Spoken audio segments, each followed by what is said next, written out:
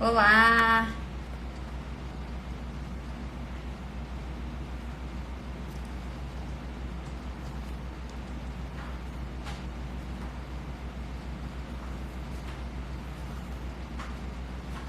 Olá, boa noite! Olá, boa noite, tudo bem? Estamos esperando o Dr. Thiago, que já deve estar entrando.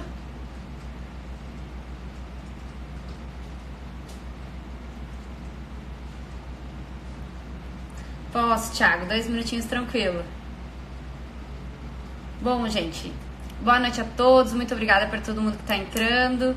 Já já a gente vai começar. A gente vai falar um pouquinho sobre as recomendações, né, no pós-parto, conversar um pouquinho sobre o início aí da vida dos bebezinhos, a amamentação, o começo do desenvolvimento, alguns pontos importantes para a mãe fixar aí para conseguir amamentar, para se atentar em algumas situações, posição do bebê dormir. Acho que a gente vai abranger bastante disso hoje.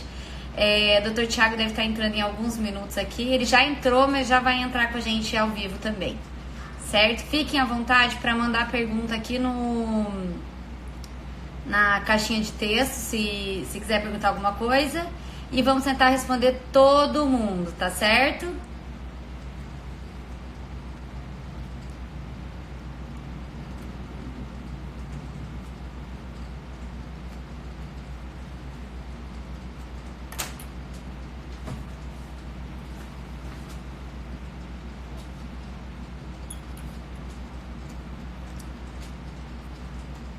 Boa noite, boa noite. Thiago, não sei como é que chama. Eu sou...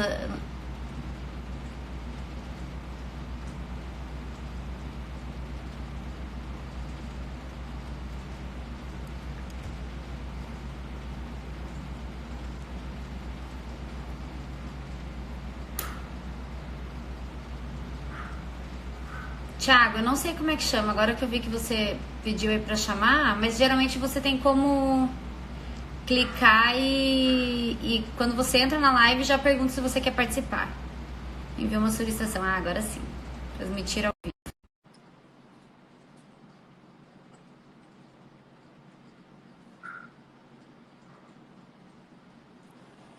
Pronto, gente. O Dr. Thiago tá aí com a gente agora ao vivo. E aí, se eu te contar, eu achei que era 9h30.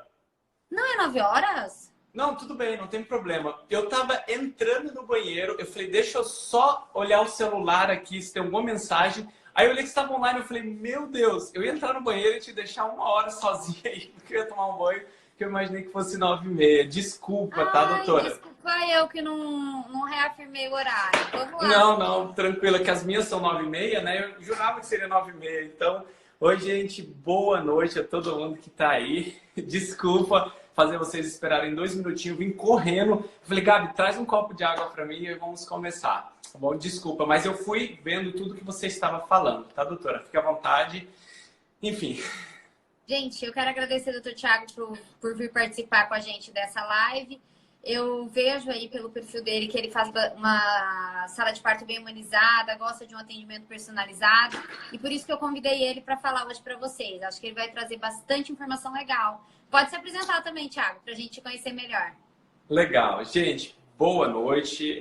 Meu nome é Thiago, eu sou pediatra, tá? Eu fiz emergências e urgências pediátricas e fiz vários cursos no que tange a reanimação neonatal de prematuro, transporte neonatal de alto risco, PAUS, todos esses cursos que realmente falam muito diretamente com o nascimento do bebê. E desde o nascimento do meu filho, que foi, eu acho que tudo a gente quando vira pai muda, né? Eu falei, nossa, tanta coisa poderia ser diferente no processo do próprio nascimento do meu filho. E eu fiz a sala de parto do meu filho, até hoje eu não me perdoo de fazer tanta coisa. Eu falei, não, a partir de hoje a gente vai começar a mudar um pouquinho de tudo isso. E eu realmente venho adotando uma postura muito mais respeitosa, muito mais humanizada. Eu sei que muita gente às vezes tem a associação desse humanizado como muito mimimi, ou humanizado só como parto normal. Eu costumo explicar para a mãe que humanizar esse momento é realmente fazer com que a sala de parto seja algo importante, algo único. Eu costumo falar que as mães terão 1, 2, no máximo 3 partos na vida. Então ela vai ter 3 momentos apenas, que nem esse, na melhor das expectativas, né? Porque hoje a expectativa não é de ter 3 filhos. Então que a gente realmente possa fazer desse momento um momento de boas lembranças. E um momento que a mãe vai falar, nossa, foi exatamente como eu gostaria. Eu fiquei com meu filho, eu toquei o meu filho, não teve pressa para nada. Eu acho que é isso que é realmente levar essa humanização, dar segurança, dar um contato para ela, falar, olha, tô saindo agora, mas se você precisar, pode mandar um WhatsApp, pode mandar uma mensagem para elas se sentirem seguras. E é assim que eu tento tocar, então, essa sala de parto e as consultas também, né? Com um pouco mais de contato, um pouco mais de relacionamento, conexão, eu diria assim. É exatamente isso. O humanizado, ele não é só um parto normal, natural, nem nada disso. Eu tive meu último parto, antes de eu largar a obstetrícia, a paciente ainda falou para mim assim, nossa, doutora, foi uma cesariana, e ela falou, nossa, foi como se eu tivesse tido um parto normal, porque a gente não campeou, a gente, lá em São Paulo, tinha o hábito de passar o bebê por baixo do campo, e Sim. O bebê ficava em contato com a mãe, o pediatra recebia na cabeceira da cama o bebê, a gente fechava tudo, continuava ali igual, então ficava pulsando o cordão, ela tinha o primeiro contato enquanto o pediatra já recebia o bebê, foi tudo muito próximo, o bebê saiu do colo dela, a cesárea já tinha acabado. Então, não precisa ser parto normal, como as coisas acontecem. Total. Eu me recordo, talvez até esteja assistindo a gente, que eu fiz um parto recentemente da Paty, e eu lembro que terminou a cesárea e o bebê ainda estava no colo dela, ou seja, já tinha fechado, já tinha feito tudo, ele não tinha ido para o bercinho, não tinha para nada, ou seja, ela ficou ali, o bebê ali não saiu do lado da mãe, né? Então, eu acho que é isso, não ter pressa, você tirar um tempo legal para que você consiga fazer esse relacionamento, esse contato. Então, o parto, ele pode ser humanizado. A gente fala assim, eu faço parto humanizado em qualquer tipo de parto. Eu acho que essa é a questão, né? De você tentar. Exatamente. E assim, a gente faz o que pode com o que tem, tá, gente? Às vezes, ainda em Foz, falta uma grande estrutura que a gente possa humanizar melhor, mas a gente vê que está se mobilizando para que isso aconteça, né? Então, acredito que logo a gente vai ter. Tem gente nova chegando, não que os antigos e os mais anciões da cidade, não falo ancião do modo de ultrapassado, mas anciões porque realmente foram pessoas que aqui doutrinaram, que aqui se firmaram. O pai da própria doutora, o doutor Pedro Françoso, está aqui, não me deixa mentir. Então a gente percebe que essa leva de gente nova também vai gerando um desconforto positivo das pessoas falar, opa, pera lá, eu acho que isso aqui realmente funciona, isso aqui pega bem. As mães se sentem mais confortáveis e as mães, por consequência, vão recebendo informação, né? E aí elas mesmas vão levando essas informações para os médicos e eles vão falando, não, vamos fazer isso, vamos conseguir sim. Então isso é muito legal. E o melhor cenário possível é esse, é o do seu pai, uma pessoa super experiente, mas que seja sempre atualizada, né? E alguém já falou do seu pai aqui, ó. Eu acabei de agradecer ali. Uhum. E, Thiago, Sim. Acho que desse momento da sala de parto, amamentar na primeira hora, que a gente sempre fala bastante, o que você acha que dificulta a amamentação nos primeiros dias de vida? Tá.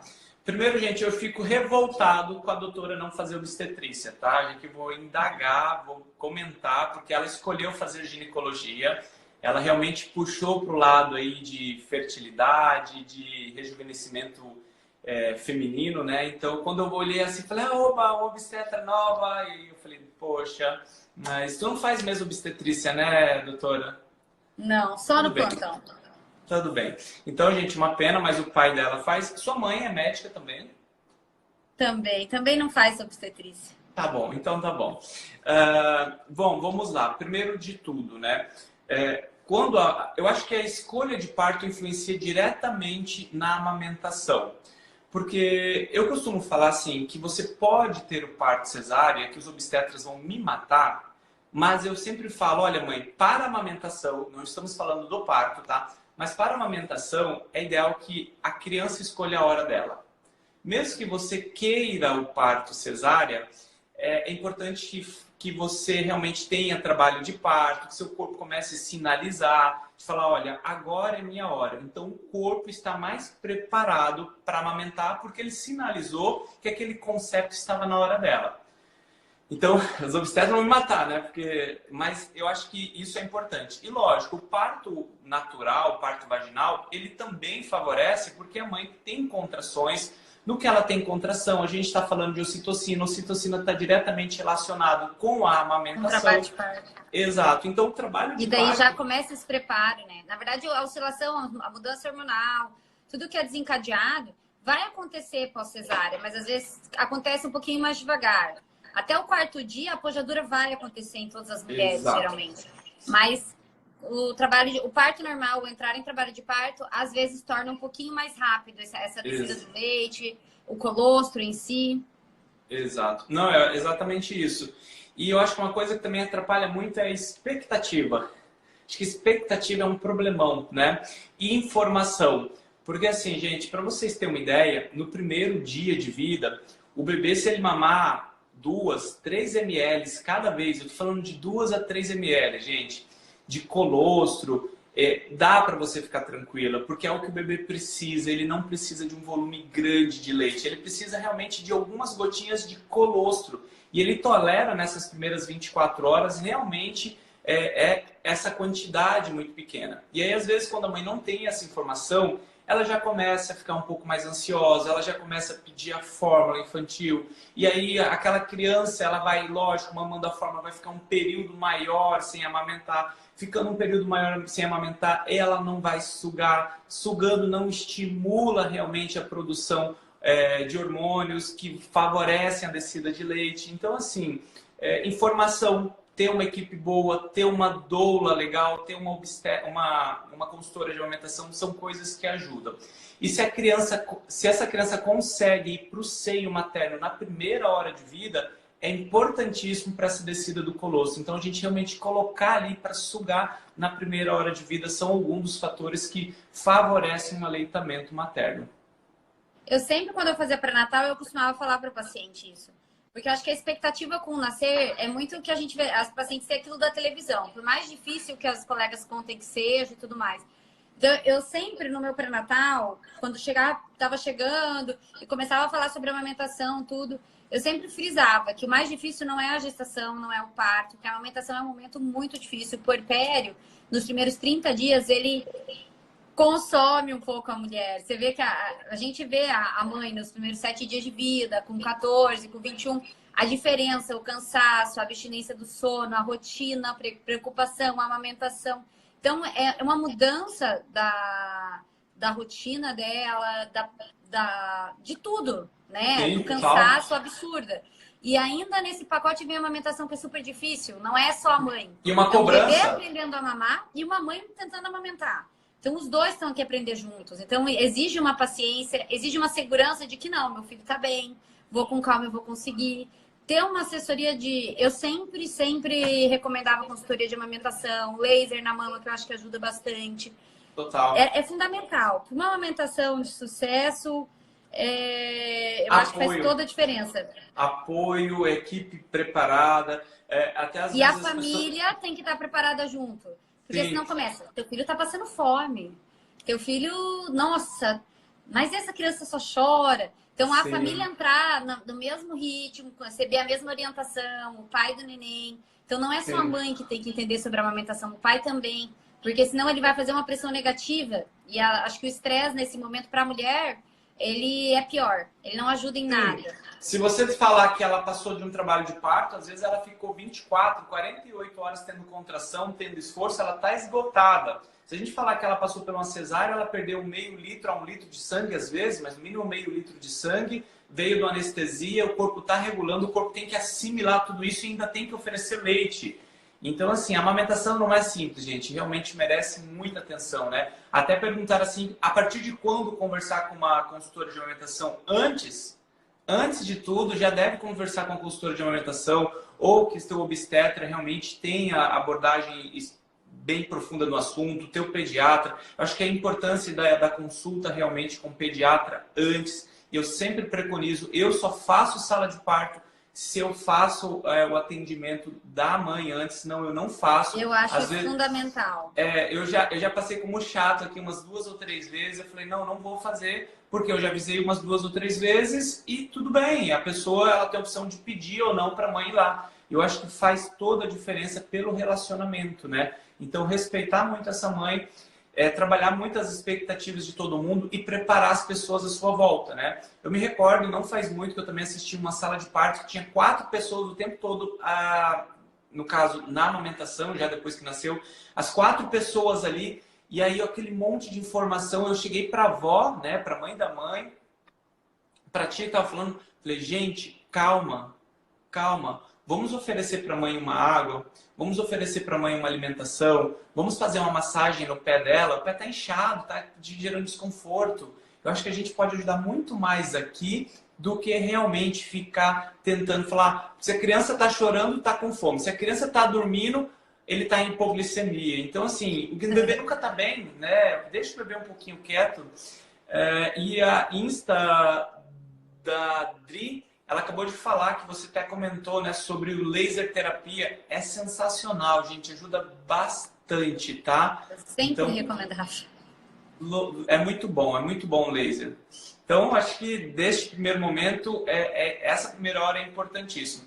E aí, depois dessa primeira hora, é através da sucção. Quanto mais o bebê succionar, que vai estar estimulando para ele realmente ter ali a descida de leite, a apojadura mesmo. A gente fala depois do 3º, 4º dia, mas demora até 2 semanas para realmente se estabelecer o processo de amamentação. Então, essas 2 primeiras semanas é importantíssima, tá? Para que você... Eu acho que a dificuldade principal começa no 4º dia, entre o 3º e o 4º. Quando tem apojadura, a mama fica dura, a dificuldade de esvaziar. E daí, se você não conserta nesse momento, é muito difícil chegar até a 2ª semana com uma amamentação efetiva. Sim. Eu acho que do 4º ao 7º dia é fundamental a consultoria de amamentação, era o que eu costumava recomendar, quando já não ia no hospital também. E na 2ª semana também, para acertar, ajustar mais alguma coisa. Sim, eu lembro da Gabi, eu tenho uma memória muito fresca na minha cabeça, que ela estava na ponta direita da cama, com os peitos inchados, doloridos, ela estava chorando, eu estava lá fazendo massagem no pé dela e fazendo compressinha nas mamas dela, porque realmente é isso, é dessa forma que o pai, que o colega, que a mãe, que a tia, elas podem entrar no processo da amamentação. Então tem que realmente esvaziar essa mama para que ela possa fluir. Pode falar, doutora. Eu queria falar uma coisa também. A gente está falando tanto de amamentação, né? Mas existe aquelas pacientes que realmente não deu certo, ou que precisou da fórmula. Então, a gente não está falando aqui que todo mundo tem que ser só no peito, tem que só amamentar. Na verdade, a gente quer estimular uma coisa que é recomendada pela OMS, pelo Ministério da Saúde, que é de graça, né? Acessível a todos, mas que a fórmula ela vem aí como um excelente aliado e serve para muito bebê, para muita mãe que não consegue, ou que tem alguma contraindicação, ou que precisa realmente desse complemento, aquele bebê que passou do limite de perda de peso, que pode acontecer. Então, acho que também reforçar que a fórmula existe, que ela não é ruim, gente. Na verdade, a gente está tentando equilibrar.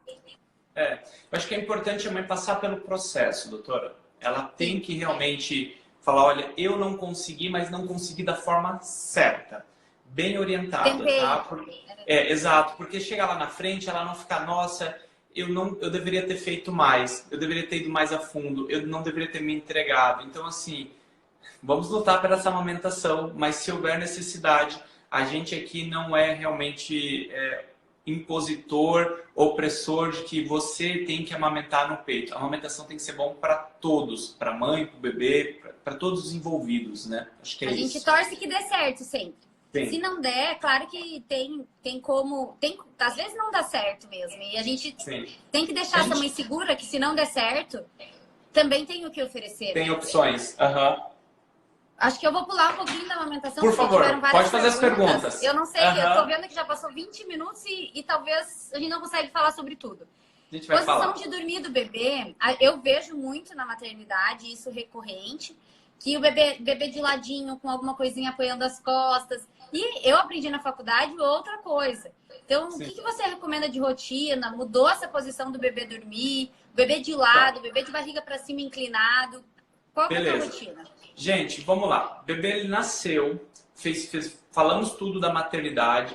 É o ideal que ele faça a primeira consulta já com 3 a 5 dias de vida. Eu vou seguir uma ordem cronológica até para facilitar, tá, doutora? Que ele faça a sua primeira consulta de 3 a 5 dias de vida, que é onde se essa criança viu se ela perdeu peso, se esse peso é mais expressivo que deveria ser, porque as crianças perdem de 10 até 15% do peso dela nos 3 primeiros dias de vida e devem recuperar entre 10 e 14 dias. Eu acho que eu queria falar isso, eu vim pensando nisso antes de chegar aí, sobre amarelão. Muita gente fala assim, meu filho tá amarelo. Maioria das vezes vai estar, mas na minoria das vezes vai precisar de alguma coisa. Então, o amarelão, pessoal, ele só é patológico ou que a gente precisa de tratamento se ele realmente tem níveis muito altos, a gente percebe que a criança está muito amarela e a gente vai fazer o banho de luz. E aí, nessa consulta de 5 dias, a gente vai ver isso, o amarelão, o cuidado com o coto umbilical, e a gente já vai dar as orientações, por exemplo, da forma de dormir, ainda que deva ser feita lá na maternidade, tá? Gente, criança, deixa eu pegar um negócio aqui para ver se eu consigo mostrar para vocês, tá? Eu vou fazer na minha mão. Criança, ela deve dormir de barriga sempre para cima. A gente tem uma falsa impressão que se eu durmo de barriga para de baixo, se eu vomitar ou se eu golfar, vai sair pela boca. Mas o que a gente tem que pensar não é na boca, é na traqueia. E aí eu vou fazer uma comparação. Desculpa, eu tenho que tentar fazer assim para tentar explicar para todo mundo, tá? A gente tem um caninho aqui, que é o esôfago, e tem um que é da traqueia, tá bom? Então, elas ficam nessa posição. Quando eu durmo de barriga para cima, o da traqueia... Tá horrível isso aqui, né, gente? Mas o da traqueia fica por cima. Então, a gente deixa o da traqueia, que é onde entra o ar, livre, tá? Então, isso é a primeira questão. Segundo, a criança que ela dorme de barriga para cima, então ela diminui significativamente o risco de morte súbita pela facilidade e como ela fica com a cervical livre, realmente mais com uma amplitude maior. Então isso diminui o risco de morte súbita infantil, tá? E aí reforçando, então, que essa criança não deve dormir nem de lado e nem de barriga para baixo, essa criança também não deveria, em via de regra, dormir jamais na cama com os pais. Tá? Eu sei que muitos pais vão pensar assim, mas se ela acordar, ela vai chorar. Não, muito pelo contrário. Vocês peguem, por exemplo, um lençol que por qualquer motivo caiu no rosto dessa criança. Ela vai ficar reinalando o CO2 dela e a primeira coisa que ela vai fazer não é despertar, entrar num sono profundo. E depois que essa criança entrou num sono profundo, ou seja, dormiu mais profundo, ela vai fazer uma parada respiratória e ela vai fazer uma parada cardíaca. Ou seja, ela tem uma parada cardíaca silenciosa. Eu já tive a infelicidade de atender 2 casos de mães que chegam com a criança morta, dormiu e não acordou. Então a recomendação é sempre de dormir de barriga para cima, tá? Não tem por que dormir de lado ou de barriga para baixo e de preferência não dormir com os pais. A criança realmente deve ter o lugar dela. Doutor, e o que o senhor acha de dormir no quarto dos pais, né? Existe uma linha que é um pouco mais... até difícil falar assim, mas é um pouco mais... vou usar o termo carinhosa, uma linha que é um pouco mais florida na maternidade. Eles falam que não tem problema de compartilhar a cama e tudo mais, né? Então, se for dormir no seu quarto... Aquele beicinho que encosta na cama? Exato. Se for dormir cama no quarto... compartilhada. Exato. É que depende, é que a cama compartilhada virou uma bagunça, né? Muita gente acha que é o ninho no meio e tudo mais. Então, aquilo ali realmente poderia ser uma cama compartilhada com a criança realmente do outro lado, tá?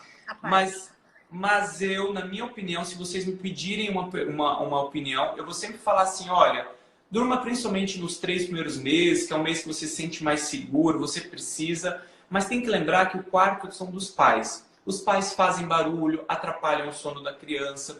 Os pais namoram eventualmente não, deveriam namorar regularmente, né? Namorar, gente, tem expressão, tem cheiro, tem feromônio, tudo isso pode estar dentro desse ambiente, então esse ambiente não está ali. Todo mundo fala que a criança absorve tudo, e de fato ela absorve tudo, tá? E eventualmente ela pode estar acordada, ela abriu o olho, e o que será que isso pode representar de impacto? Então eu sempre desaconselho a criança dormir nos quartos com os pais. Ela deve ter uma cama ou um berço para ela, não usar muitos lençóis, na verdade não deve usar lençol, não deve usar muitos travesseiros. Se for usar um travesseiro, minúsculo, fininho, tá? Deixar ela bem agasalhada, mas evitar excessos de roupa na cama dela. Desculpa, eu me estendi, tá, doutora?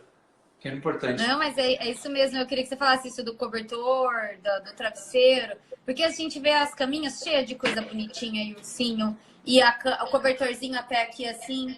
Então é Sim. interessante isso. E a quantidade de roupa que você recomenda?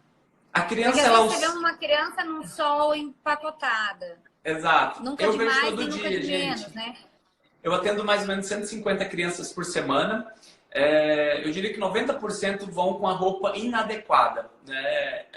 A criança, ela oscila entre 2 e 5 graus de diferença da gente, imaginando no pequenininho, tá? Então, por exemplo, se está 25 graus para ela, tá 25 graus para nós, está 22, 21 para nós, para ela, desculpa. 25, 3, 22 para ela. O problema é que está fazendo 35, 34 graus. Diminua 3, vai dar 31, 30 graus. Então, assim, tá uma temperatura agradável. Se você tá com a camiseta, essa criança pode estar com um body e cobertinho as pernas, os pés, por exemplo, entendeu? Um pouquinho a mais, não precisa ser um muito a mais. E aí, à noite, para essa criança dormir, o recomendável é que seja uma temperatura entre 25, 24 graus ou 26 graus. Eu sempre aconselho o umidificador de ar, mas o umidificador de ar não pode deixar a parede molhada. Se estiver molhando a parede, favorece o mofo, tá? E aí, como essa criança vai estar com 25 graus, aí você usa uma roupinha um pouquinho mais agasalhada, né?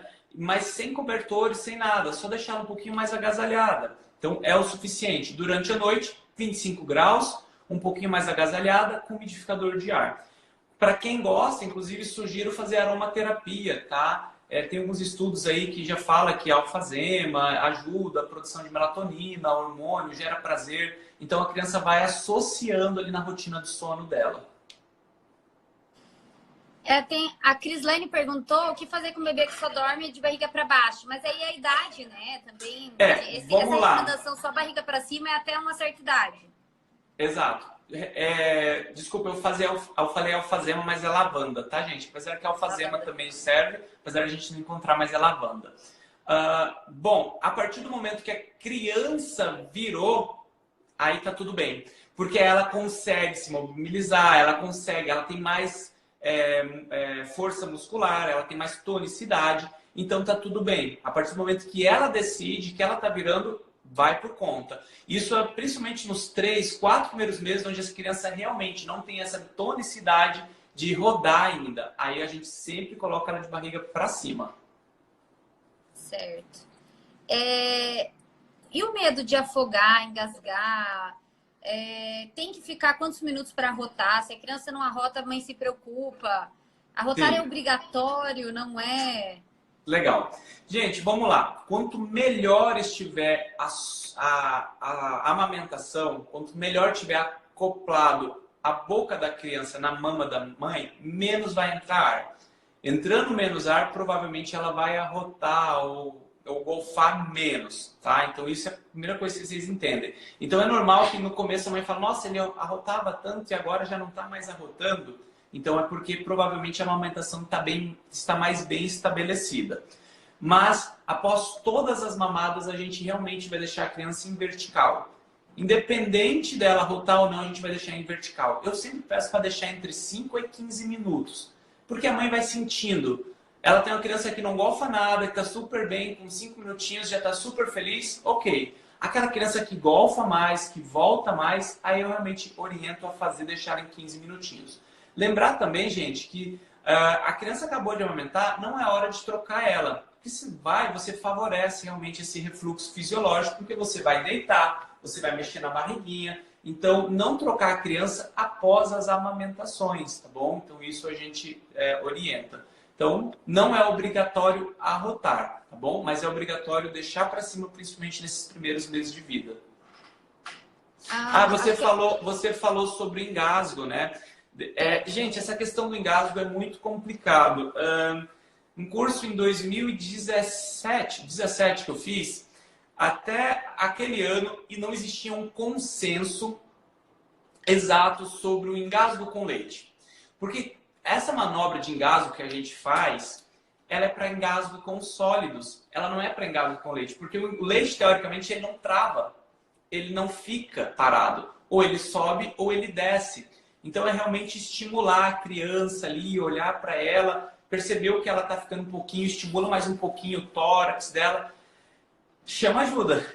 Já chama ajuda e aí essa ajuda chega a maioria das vezes, gente, nessa minha vivência, eu nunca peguei um caso, tá? Eu tô nisso há 6 anos que eu tô na pediatria e eu nunca peguei um caso assim de criança que realmente morreu por conta de leite, tá? Então pode broncoaspirar e mesmo broncoaspirando o leite materno é fisiológico, então até aí por isso a gente pede para manter o leite materno, né, que é mais seguro até para aspiração. Então a gente, se por qualquer motivo engasgou, mantenha calma, peça ajuda, estimule, assista seu bebê. Se você perceber que ele está ficando um pouquinho desfalecido, estimula um pouquinho mais e vai atrás de ajuda, tá bom? Porque realmente se precisar fazer medidas mais avançadas, dificilmente em casa a gente consegue. Certo. As crianças que arrocham chorando, a Grazi perguntou aqui. Tá, gente, a criança ela tem, às vezes, dependendo da vascularização periférica, ela pode ficar um pouquinho mais roxa diante do choro forte, excessivo. Contudo, criança que fica realmente roxa merece uma investigação cardiológica, tá? Então, ficou roxinho, a gente tem que investigar se ela não tem problema cardiológico, e não é para ficar roxa, tá bom? Mas um pouquinho mais monteada durante o choro, um pouquinho mais cianótica, ok. Mas mais que isso não é para ficar na tranquilidade, é para procurar ajuda, tá bom? Pode falar. Pode falar.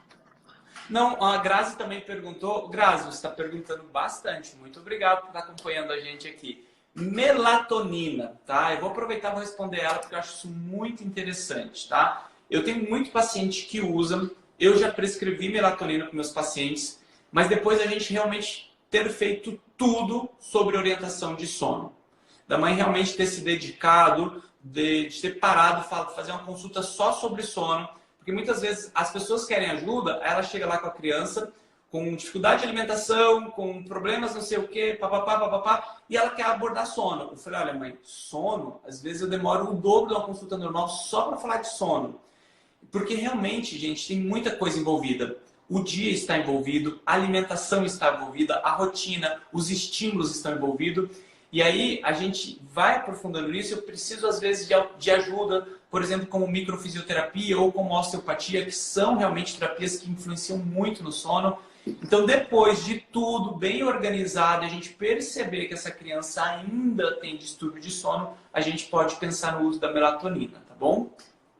A rotina do sono, ela é bem complicada, né? Eu vejo que é uma dificuldade aí que as pacientes sempre colocam. E ela não...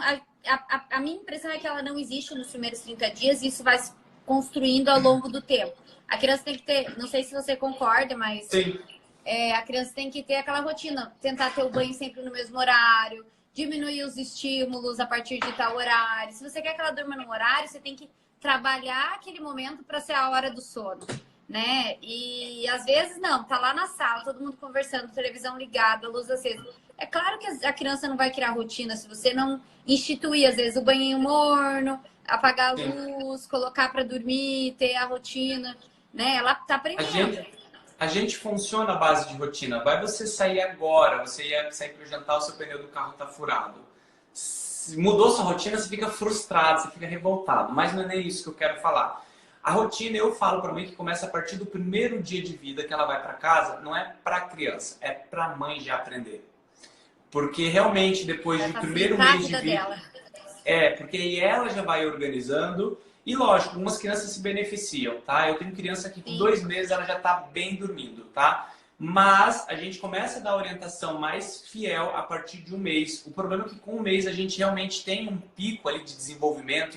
A gente tem a parte mais aflorada das cólicas. Então, com 1 mês, a mãe fala, nossa, estava até indo bem já, e aí dá uma bagunçada. Então, depois de uns 40, 45 dias, as coisas começam a fluir melhor. E a partir do 3º mês, tem muitas crianças que já conseguem dormir a noite toda com 3 meses de idade, desde que a gente tenha feito, desde o primeiro dia lá, tudo bonitinho. Muita criança mesmo, com 3 meses de idade, dormindo a noite toda, que mama no peito. Ah, Eu ia falar a mesma coisa, eu já fui ler também. Tu usa óculos, doutora? não, mas é que é o A estilo de luz. aproximar. Eu consigo ler de Aham. longe. Mesmo com a Aninha, ela falou, mesmo com a rotina, tenho dificuldade com sono. Meu bebê ainda acorda à noite, a maioria das vezes já fica em pé me esperando.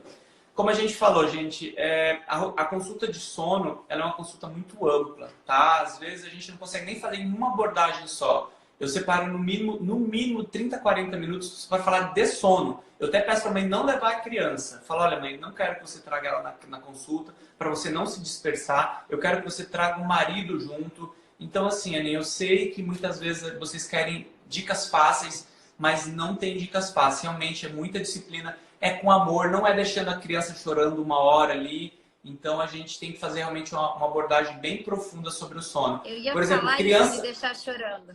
Exato. Eu ia fazer uma pergunta. Criança que não come bem durante o dia, ela come mais durante a noite. Criança que desperta mais durante a noite, ela, por consequência, ela demanda mais comida durante o dia. E aí começa a virar uma bola de neve, né? E aí ela quer mais leite. E aí vira aquela bagunça. A mãe realmente fica escrava da criança. E não que a criança não possa amamentar em livre demanda, mas ela tem que amamentar em livre demanda, de forma organizada, com uma rotina bem estabelecida, com uma criança calma, gentil, com a mãe tranquila, não a mãe realmente exaurida de forças, com uma restrição de sono, irritada com todo mundo, né? Eu acho que a gente tem que buscar ajuda. Tá passado essa hora da mãe ir no pediatra e ele falar assim, não, é uma fase, vai passar. Ou isso é normal, ele daqui a pouco se arruma. Então, Daqui a pouco acostuma. Eu acho normal. que está passado da hora dos pediatras serem mais profundos. O que a gente fala de pediatria do desenvolvimento, pediatria humanizada, é isso. Não é mais só para tá doente, esse é o medicamento, tá assim, o tamanho tá bem, tá tudo certo, vamos fazer o exame. Não, constipação, vamos lá, mãe, constipação dá trabalho. Dá muito trabalho resolver constipação. Eu vou precisar que você venha uma vez por mês. A gente vai fazer uma abordagem realmente profunda. Quando chega no desfraude, a criança vai dizer o tempo dela. Eu falei isso ontem. Como é que a criança fala? Como é que a mãe vai entender que ela está falando que é o tempo dela? Então a gente tem que saber falar sobre desfraude. Eu acho que é um absurdo o pediatra não saber falar sobre desfraude, só chegar e falar, não, ela vai desfraudar sozinha. Criança de 1 ano e meio, 2, vai desfraudar sozinha. Então eu acho que a gente tem que ser mais profundo. Eu acredito que você compartilha dessa mesma linha na parte da ginecologia, né? Tem tanta coisa. Quando falam para mim assim, a mãe fala, eu me recordo, desculpa, tá, doutora? Eu me recordo da minha mãe indo no ginecologista, porque minha mãe, mãe, perdão, eu sempre falo da minha mãe, vou falar que ela tinha corrimento ainda. Minha mãe tinha sempre corrimentos de repetição e tudo mais, e eu olhando agora as condutas, eu falo, nossa, até eu sei que a conduta seria diferente, né? Não é antibiótico, não é, muito pelo contrário. Não sei, tá? Posso falar besteira, tá, doutora? Mas a maioria das vezes não é antibiótico para corrimento, né? Ele piora. Protetor diário, outras coisas, geralmente. Exato. Então, eu acho que você também consegue abordar isso de forma mais profunda quando a mãe chega. Eu acho que a gente tem que começar a olhar e falar, eu tô te ouvindo. O problema é desfraude? Vamos lá, vou te ouvir, vamos junto e resolver isso. E você vai me mandar mensagem dizendo como é que foi. Eu recebi hoje uma mensagem tão legal sobre sono, que a mãe mandou mensagem para essa semana. E é isso, é isso. A gente fica realizado, feliz de estar mudando vidas. Eu acho que essa é a essência. Desculpa, eu falo muito, perdão. Não, mas eu também. Deixa eu ver o que... É que eu fui anotando algumas coisas que passaram aqui. Sim. Bom, acho que eu vou seguir aqui nas perguntinhas que eu tinha anotado. Sim. Perfeito. Eu ia falar um pouquinho do... Ainda se fala é fuxicória, né, o nome? Mas por que não dá fuxicória, né? Não é bem assim, né? Eu ia falar da cólica, você falou cólica, mas isso Sim. Parece que assombra as mães nos primeiros 3 meses. Sim. Bom, vamos lá, gente. Primeiro, cólica. Cólica é um evento fisiológico que muitas crianças vão passar. É uma imaturidade do sistema gastrointestinal que até hoje não tem uma fisiologia muito explicada, tá bom? A gente sabe só que é um processo e ele existe, as crianças muitas vezes passarão. Tem mães que fazem dietas lindas e as crianças sofrem horrores. Tem mãe que chuta o balde, come tudo quanto é coisa e a criança não sofre nada. Mas a gente percebe que na maioria das vezes uma boa dieta está diretamente relacionada com um pouquinho mais de cólica. Ainda que não exista nenhum grande estudo que fale isso. Segundo, mas minha mãe fazia ou eu fiz há 20, 30 anos atrás. Eu acho que nos dias que nós temos, e quem está assistindo aí, por que a gente não vai usar as informações a nosso favor? Se as informações estão falando, olha, chá não é legal para criança. Ah, mas eu usava. Tá, mas essa criança, como é que tá o rim dela? É um rim maduro, com um mês de idade? É um fígado maduro? Se ela tiver uma intoxicação hepática, como é que ela contorna isso? Como é que ela sai disso? Então, acho que a informação veio mostrando pra gente que algumas coisas não deveriam ser usadas para as crianças por ser nefrotóxica ou hepatotóxica. E a funchicória, por exemplo, é uma delas. É um produto, o elixir parigórico também, né? São produtos que não são mais utilizados em crianças abaixo de 6 meses. Então, para cólica com evidência científica, o mesmo entra no Colic Calme, tá, gente? Que são ervas, não é autorizado no Brasil. As mães perguntam para mim, doutor, o senhor prescreve? Eu falo, mãe, como médico, eu não posso prescrever. Muitas mães falam que se beneficiam dele, mas como médico, eu não posso falar que é para usar. E aí, o que tem de evidência científica? O Lactobacillus reuteri, esse é o único que tem evidência científica. Eu ainda uso realmente os medicamentos antiespasmódicos não, para gases, como é que é o termo da classe para gases? Não é antiespasmódico, é antiespasmódico, eu busco é antiespasmódico também, né? Para cólica. Eu uso antiespasmódico, seria a simeticona da vida, o Luftal, eventualmente. Eu falo que elas acalmam mais pelo docinho do que talvez pelo remédio, né? E se mesmo assim, persistindo cólica, usando o Lactobacillus reuteri, usando a simeticona, eu ainda uso algumas gotinhas de Tilenol, 2, 3 gotinhas. Mas eu trabalho com menos medicamento possível. Primeiro eu falo sobre orientações. Eu mais ou menos vou falar sobre osteopatia, que a osteopatia é um grande aliado que eu uso para refluxo, para cólica, para sono. Então eu uso para muita coisa a osteopatia. Tá? Minha esposa tá falando aqui que o Colic Calme ajuda, tá? Então, pessoal, acho que deu para entender, né? Mas eu não posso prescrever, realmente não é autorizado, gente. Então, Minha afilhada se beneficiou bastante. Mas a gente sabe que não tem evidência e que o que manda é a alimentação da mãe, né? Exato. Então, acho que é mais ou menos por aí as cólicas, tá bom? Eu estendi, mas vamos lá. Sobre higiene, acho que já está bem batido que os lencinhos umedecidos e afins, se existe alguma linha de lencinho umedecido que pode usar e, pelo menos o que eu sei de recomendação, é o algodão. Eu quero que você fale um pouquinho do bebê, porque eu quero falar da infância mesmo, a higiene na infância, que eu acho super importante. Geralmente, quando eu atendo uma criança, é por conta de alguma vulvaginite, geralmente está ligada à higiene. Não, pode falar você. Eu quero Vou falar aprender. Primeiro, aí você fala do bebê, que eu acho que é mais atual. Doutora, como é que deve ser a higiene das mocinhas? Porque você tem pepeca, você só cuida de pepeca. Como é que essas mães têm que fazer esse cuidado desde pequenininho? Que eu acho que você vai falar com muito mais maestria do que eu. Bom, com relação à higiene íntima, ela não tem segredo. Na verdade, não existe o sabonete melhor. Não existe sabonete íntimo, não tem necessidade nenhuma de você pagar, às vezes, 15, 20 reais no sabonete íntimo. A higiene da vulva, que é a área externa, que é a única área que tem que ser higienizada, ela é para ser feita com sabonete neutro, ou mesmo sabonete que você usa no corpo. É uma pele que vai ser diferente da pele do seu braço, né? A pele da vulva ela pode ser um pouquinho mais fina, um pouquinho mais sensível, e às vezes faz reação alérgica com o mesmo sabonete do corpo, mas isso não é uma regra. Geralmente eu digo para usar o mesmo que usar no corpo, usar na área externa de vulva. Tem uma alergia, tem uma sensibilidade, eu costumo indicar o Johnson, que é neutro, ou algum outro sabonete neutro, e só na área externa. É importante que não existe jogar jatinho, mirar jatinho de água na vulva para entrar um pouquinho na vagina, não existe higiene interna, não existe necessidade de toda vez que a menina fizer xixi ou fizer cocô e ainda não aprendeu a se limpar, lavar. Quando você higieniza demais, você acaba retirando bastante a parte de bactérias de proteção. E essas bactérias são super importantes na defesa. Se eu lavo muito, se eu deixo cair água na área interna, se eu uso muito sabão, às vezes o sabonete íntimo é pink, com cheiro, com muitas cores diferentes, isso tudo pode gerar um fator irritativo. E isso deixa essa criança mais suscetível para uma vulvovaginite, que é uma inflamação de vagina, de vulva, que pode dar corrimento, pode dar coceirinha na região íntima. E às vezes a mãe vem preocupada, pegou uma doença, o que que aconteceu? E na verdade, às vezes é uma higiene excessiva. Nossa, toda vez que faz xixi, cocô, lava. Então a higiene na infância, ela é bem fácil e é só limpar na medida certa, nem de mais nem de menos. Não precisa de nenhum sabonete especial.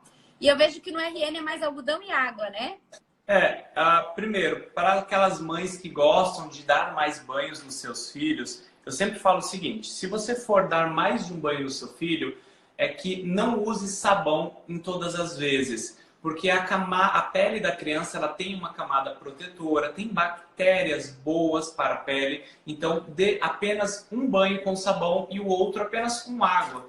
Dias muito quentes, às vezes que tenha brotoejo, eu sempre falo, olha, você pode inclusive fazer um banho, por exemplo, com camomila, aquele chá, porque ela é calmante, anti-inflamatório natural, ou se você achar que a pele poderia hidratar um pouquinho, você poderia fazer o banho de manhã com um pouquinho de aveia, que a aveia é hidratante, então a gente pode usar essas medicações, né? Esses compostos para hidratar e para acalmar um pouquinho a pele. Mas de sabão, realmente uma vez só ao dia. De preferência sabonetes, sabões neutros, né? Eu gosto muito da linha da Neutrogena também. Desculpa, não é da Neutrogena. Eu sempre prescrevo bem natural. Já vou, da Granado, desculpa. Da Granado, a linha da Granado. Eu recomendo também da Granado. A linha da Granado. Eu não oriento sabonete íntimos para as crianças, tá? Já tá uma onda aí de kids que eu não recomendo isso. Também tá? não, e até não recomendo nem produto. Olha aí, gente. Até fazer essa pergunta. Mulher tem que usar sabonete íntimo? Não. A legal. higiene íntima não existe. Eu não gosto da palavra sabonete íntimo, porque íntimo dá a intenção de que a mulher tem que lavar dentro. E a higiene nunca ela é interna, é externa. Eu falo com as pacientes, do jeito que você lava teu ombro, lava o cotovelo, você vai lavar a vulva. A diferença é que é uma pele mais sensível. Nunca fazer ducha vaginal, nunca lavar dentro. Não precisa jogar sabão no introito vaginal, nem nada disso. Tudo que é mucosa é revestido de bactéria de proteção. Quando o sabonete íntimo, o maior defeito não é ele em si. É que íntimo entende que pode pôr muito. Aí coloca uma porção maior que o habitual, lava muito, porque ele é íntimo, é para a parte íntima, e daí acaba lavando áreas que não precisam ser lavadas, né? Uhum. Isso eu reforço para paciente. Não existe nenhuma indicação de higiene interna, nem pós-relação sexual, nem de rotina, nem quando tá com algum corrimento que não é habitual. Isso eu sempre reforço nas consultas, porque o sabonete íntimo, acho que o nome já começa a estragar. Porque a pessoa eu acho que tá na palavra, né, íntimo. Se eu fosse ler e não tivesse essa orientação, eu também ia achar que íntimo era interno. E até, eu já vou falar dos bebês, tá, gente? E até para externar para as crianças, por exemplo, uma das principais causas de corrimento em criança, já que a gente está falando, é a higiene. Tá? Então, uma higiene inadequada, uma higiene daqui a pouco com muita coisa, mas pouca efetividade, favorece que a menininha comece a apresentar os corrimentos. Então, a higiene é importantíssima, tá? Então, se sua filha aí está apresentando corrimento, claro, tem que avaliar. Corrimento pode ser outras coisas, mas uma das possibilidades é uma higiene inadequada.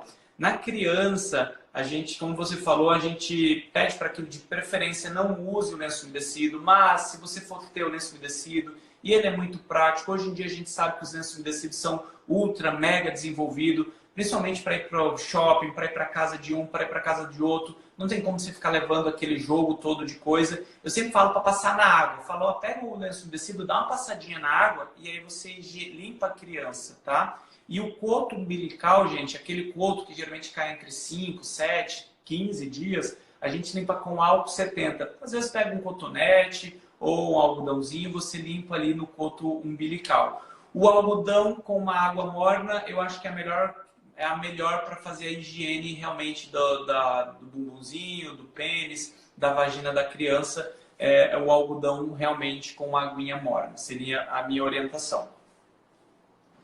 Eu não fui mãe ainda, mas quando eu vejo a história do algodão com a água, eu sei que é certo.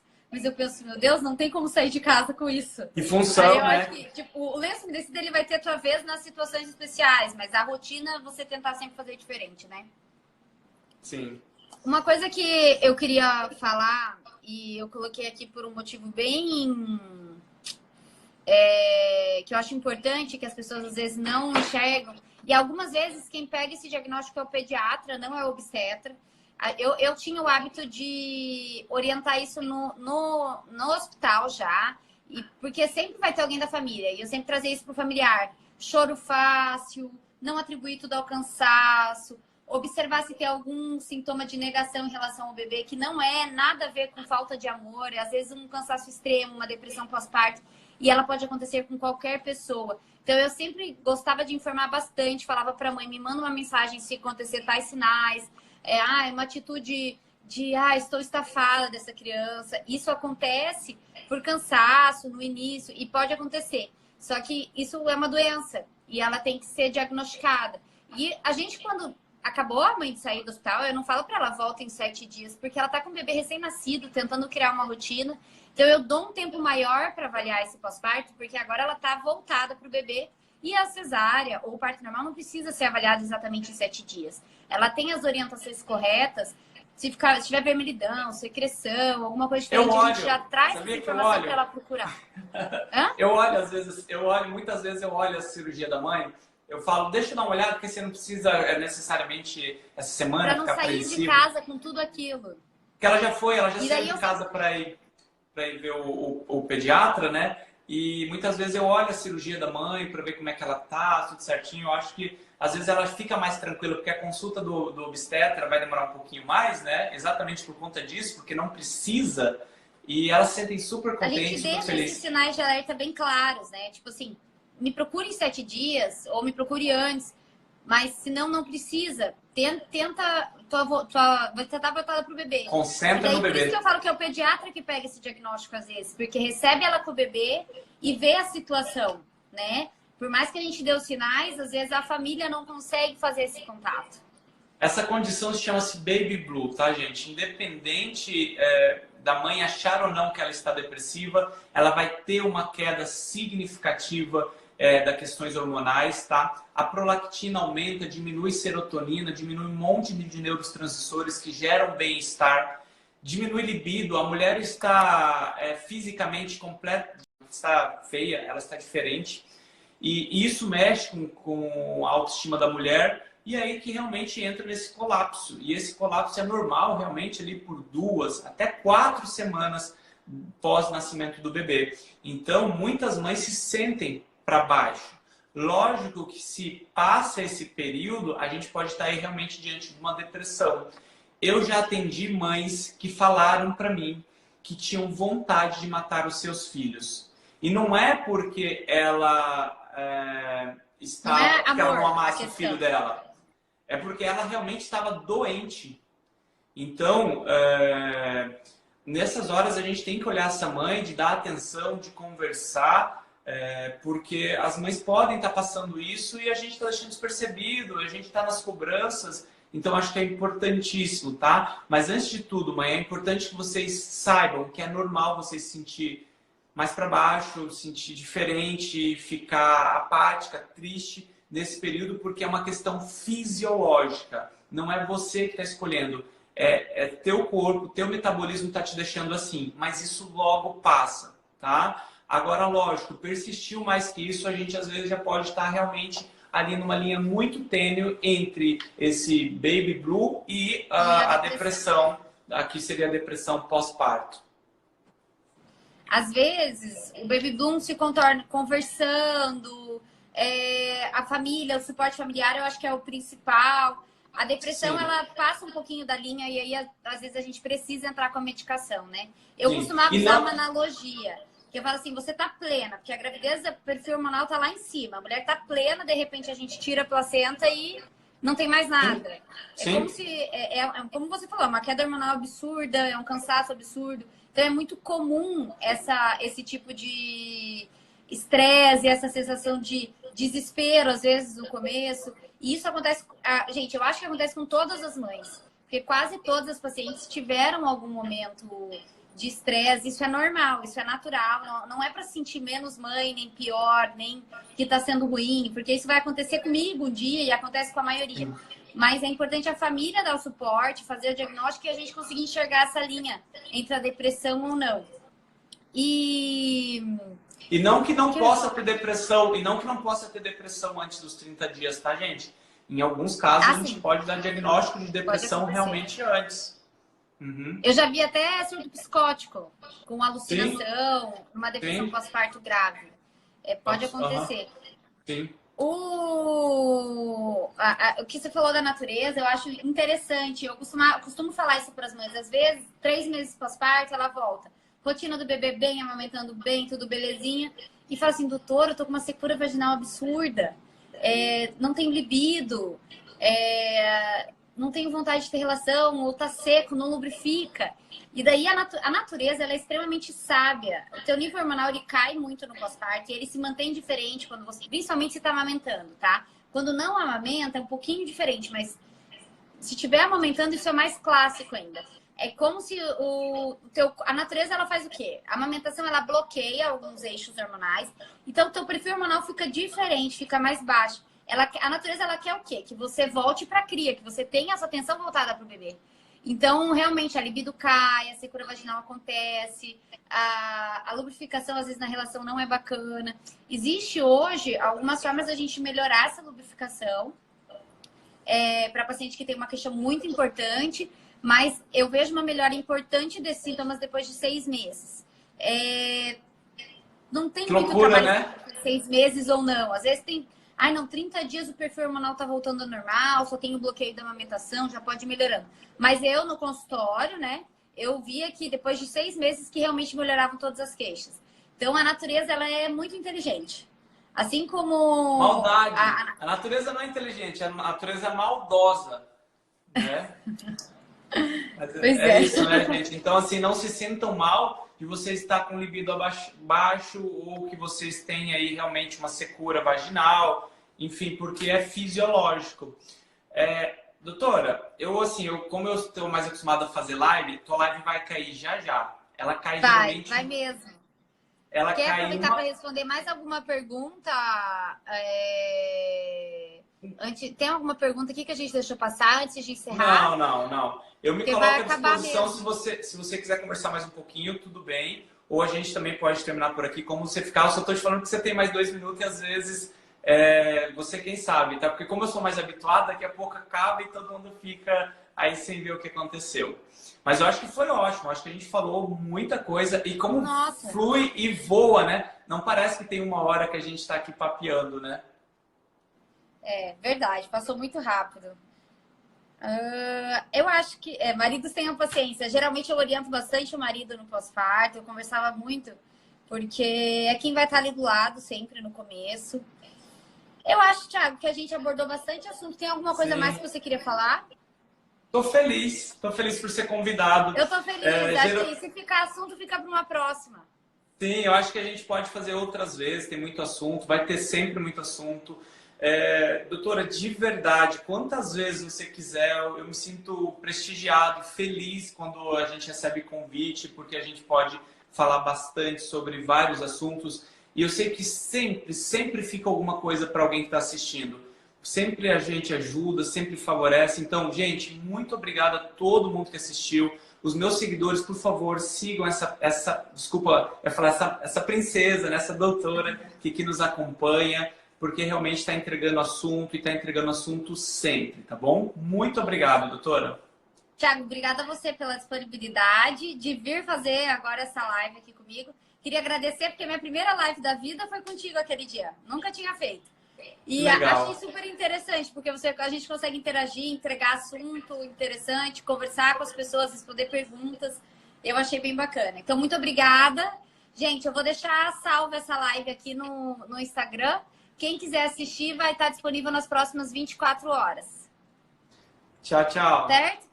Tchau. Um abraço a todos, boa noite. Muito obrigada. Valeu, tchau.